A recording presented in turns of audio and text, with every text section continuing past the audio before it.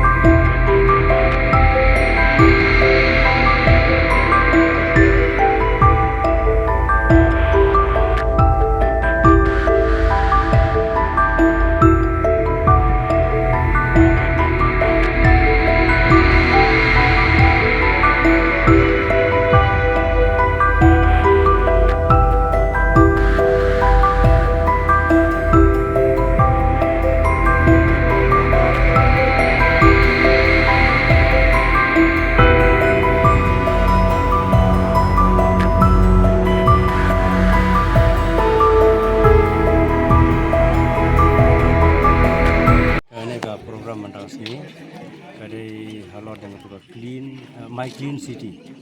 coba launch daga sektor negara hakau ka jitu juga kalau bangin penting ya ke jengkut coba jang sinong kitau ban maintain ban penek pensa ya barang ki jitu ki kereta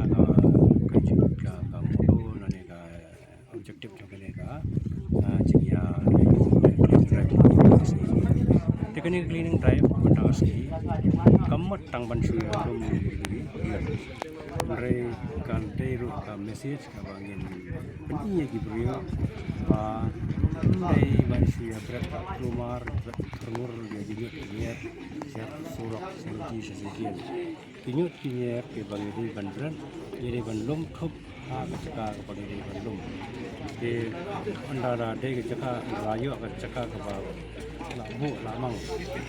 berat ini berat lagi di angka 8 berat di sini ini masih berat pasar sedikit sedikit di hari ini kan jing yele cleaning drive ini tidak divide di zone berapa bagi kini yang ini lah organize dari Officers Club yang Southwest Khasils District ini dan kembali sepangut di Cibeta akan mereka cleaning drive ni lah divide lagi jong zone nak pun lagi participants lagi bersimpan hari ko ini kan cakap maka dia itu kau lagi zone dia naru nak kena po block office ketua yo area ada cerita light langsung ni lah ya divide lagi group bagi lah ya pendap ini kejing ya jengki jongi hal juga por ni belum yang gitu dia tam yang gitu nyut di badan akhir surat kan ya kajing penlong jengi kan ya cleaning drive ka aimen sim bat kapen kersiau ru ya kijing macam berkat jang kinong senang siapa kajing dan kam banyak khoi nama apa pihak yang nanti sekian lara kalau ngabak khoi gua suba kali air ka khoi de sultanat ban ya kita ru sultanat rel ra jabo hanya bicaru so salia tiga message jika khobor sakinong sangsang kolong ban sumar yegini ginyot ban lum hagi jaka si jaka basar berat hagi tu jaka ibalabu te kata ga khobor sa ki nong sangsang jagane ga time korot ni baru cek bar hagi tu bi so jagane ga jing keren hagane por bangin maintain bangin sumar ko ya